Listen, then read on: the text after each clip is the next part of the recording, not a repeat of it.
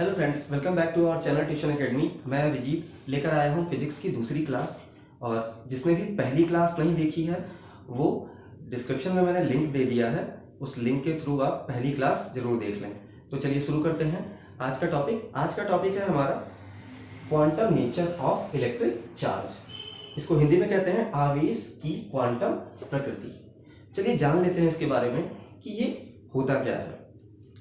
देखिए, कोई भी ऑब्जेक्ट है हमारे पास तो हम उसको एक निश्चित तरीके से ही डिवाइड कर सकते हैं। मीन्स छोटे छोटे पार्ट्स में अगर हमको डिवाइड करना है तो हम क्या कर सकते हैं, उसको एक फिक्स अमाउंट में ही डिवाइड कर सकते हैं। बहुत सारे एक्सपेरिमेंट्स के बाद साइंटिस्ट ने हमें ये बताया कि जो चार्ज होता है वो एक फिक्स अमाउंट में, एक निश्चित अमाउंट में ही डिवाइड हो सकता है। इसी डिवीजन को हम क्वांटम नेचर मतलब क्वांटम प्रकृति, आवेश की क्वांटम प्रकृति कहते हैं। ठीक है, इसको हम इस एग्जांपल से समझ सकते हैं। जैसे मान लिया कि हमारे पास एक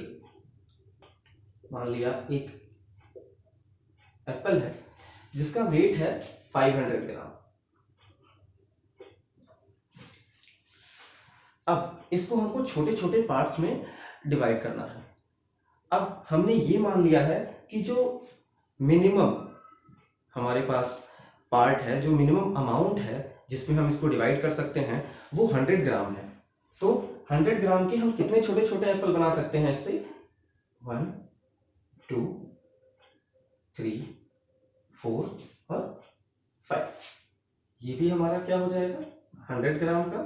ये भी हो जाएगा हमारा 100 ग्राम का।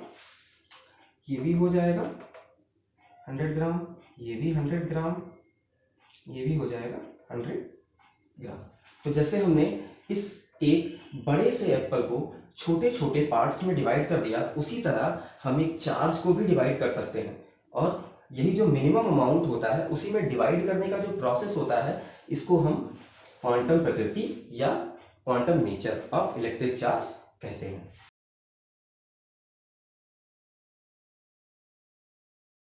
तो क्वांटम नेचर हम समझ गए हैं। क्वांटम नेचर के थ्रू हमें एक फॉर्मूला भी मिलता है।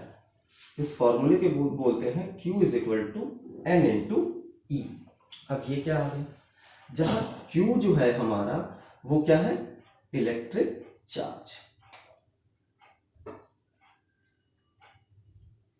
Q हमारा इलेक्ट्रिक चार्ज है और N number of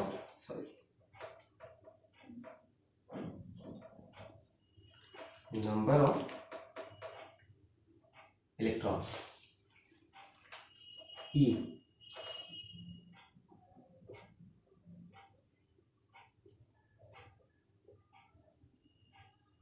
amount of charge on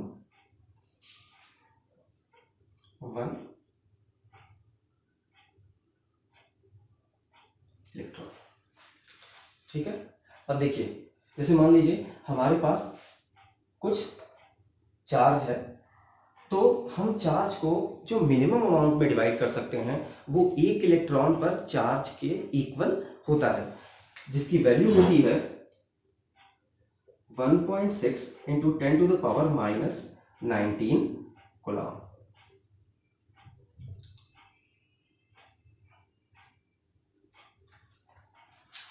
ठीक है, हम मिनिमम अमाउंट में जो किसी चार्ज को डिवाइड कर सकते हैं वो मिनिमम अमाउंट इतना ही होता है। ठीक है, तो अगर किसी भी ऑब्जेक्ट पर कुछ अमाउंट ऑफ चार्ज है तो उसमें कितने इलेक्ट्रॉन अवेलेबल हैं वो पता लगाना हो तो हम इस फॉर्मूले से पता लगा सकते हैं। ऐसे क्वेश्चंस बहुत आए हुए हैं बोर्ड में, 10th और 12th दोनों में आते हैं इस टाइप के क्वेश्चंस।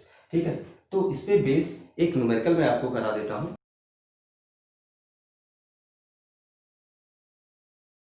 तो चलिए इस टॉपिक पर एक न्यूमेरिकल कर लेते हैं। ठीक है, जैसा कि न्यूमेरिकल आपके सामने लिखा हुआ है कि 4.8 कूलम आवेश वाले एक पदार्थ पर उपस्थित इलेक्ट्रॉनों की संख्या ज्ञात कीजिए। ठीक है, तो देखिए न्यूमेरिकल सॉल्व करने का सबसे बेसिक तरीका क्या होता है कि सबसे पहले क्वेश्चन को पढ़िए और इसमें जो भी चीजें गिवन है, जो दी गई हैं और जो पूछ रहे हैं, मतलब जो फाइंड करना है उसको नोट कर लेते हैं। तो चलिए स्टार्ट करते हैं। तो सबसे पहले क्या दिया है हमको, 4.8 कूलम। कूलम किसका यूनिट होता है, चार्ज का। मीन्स हमको क्या गिवन है यहाँ पे, चार्ज, और चार्ज को हम किससे डिनोट करते हैं, स्मॉल q से।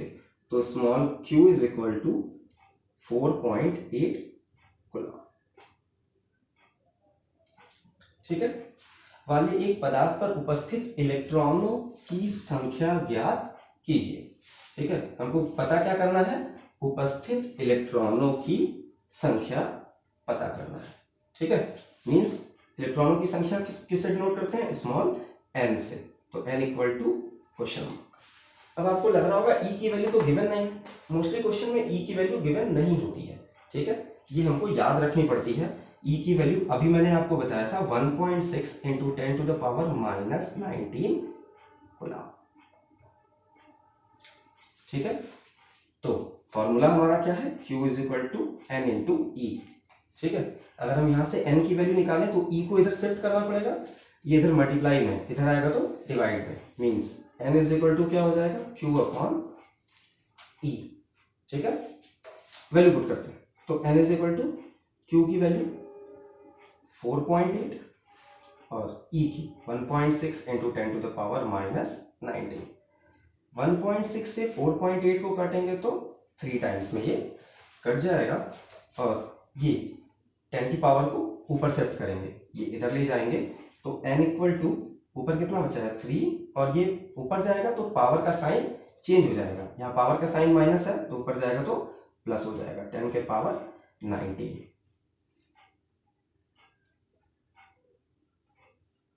इलेक्ट्रॉन।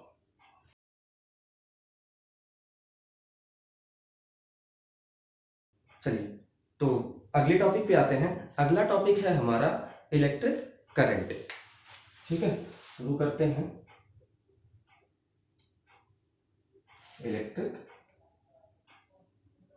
करंट, हिंदी में इसको बोलते हैं विद्युत धारा। ठीक है, इसको हिंदी में विद्युत धारा कहते हैं। तो धारा या करंट, इसका नाम आपने सुना होगा। ठीक है, क्योंकि आपके घरों में जो सप्लाई आती है उसमें अक्सर आप लोगों ने सुना होगा कि तार को मत छूइए, करंट लग जाएगा। ठीक है, तो करंट का नाम आपने अक्सर सुना होगा, लेकिन आपको पता नहीं होगा कि ये करंट होती क्या है। तो ठीक है, चलिए आज इसके बारे में भी जान लेते हैं। करंट, करंट की डेफिनेशन होती है the rate of flow of charge, मतलब आवेशों के प्रवाह की दर को धारा कहते हैं। ठीक है, इसको हम आई से डिनोट करते हैं, इसको हम कैपिटल आई से डिनोट करते हैं, इसकी यूनिट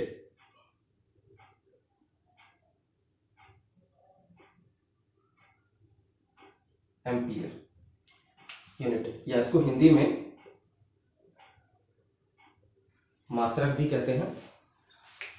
करंट की जो यूनिट होती है वो होती है एम्पियर। ठीक है, या इसकी एक और यूनिट होती है और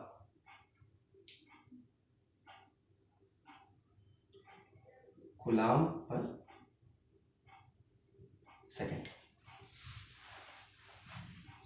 ठीक है, तो इसका और फॉर्मूला जो होता है I is equal to Q by T.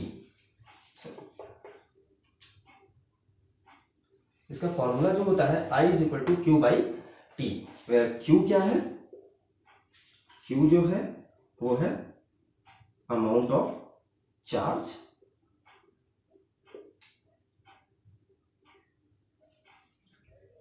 और टी है टाइम। ठीक है, इलेक्ट्रिक करंट, तो इलेक्ट्रिक करंट के बारे में देख लेते हैं हम सारी चीजें। इलेक्ट्रिक करंट एक बार फिर से मैं आपको बता देता हूं, इलेक्ट्रिक करंट क्या होता है, the rate of flow of charge, rate of flow of charge is called current. ठीक है, इसको हिंदी में कहते हैं आवेशों के प्रवाह की दर। जब भी कहीं पे दर आए तो दर का मतलब होता है समय से भाग। तो देखिए, समय से मैंने भाग दे दिया है आवेश में। ठीक है, ये क्या हो जाएगी, धारा। ठीक है,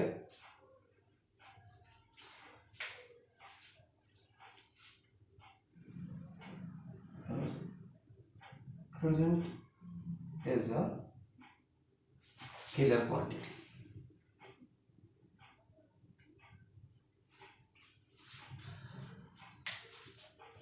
जो करंट होती है वो एक स्केलर क्वांटिटी है, मतलब अदिश राशि है।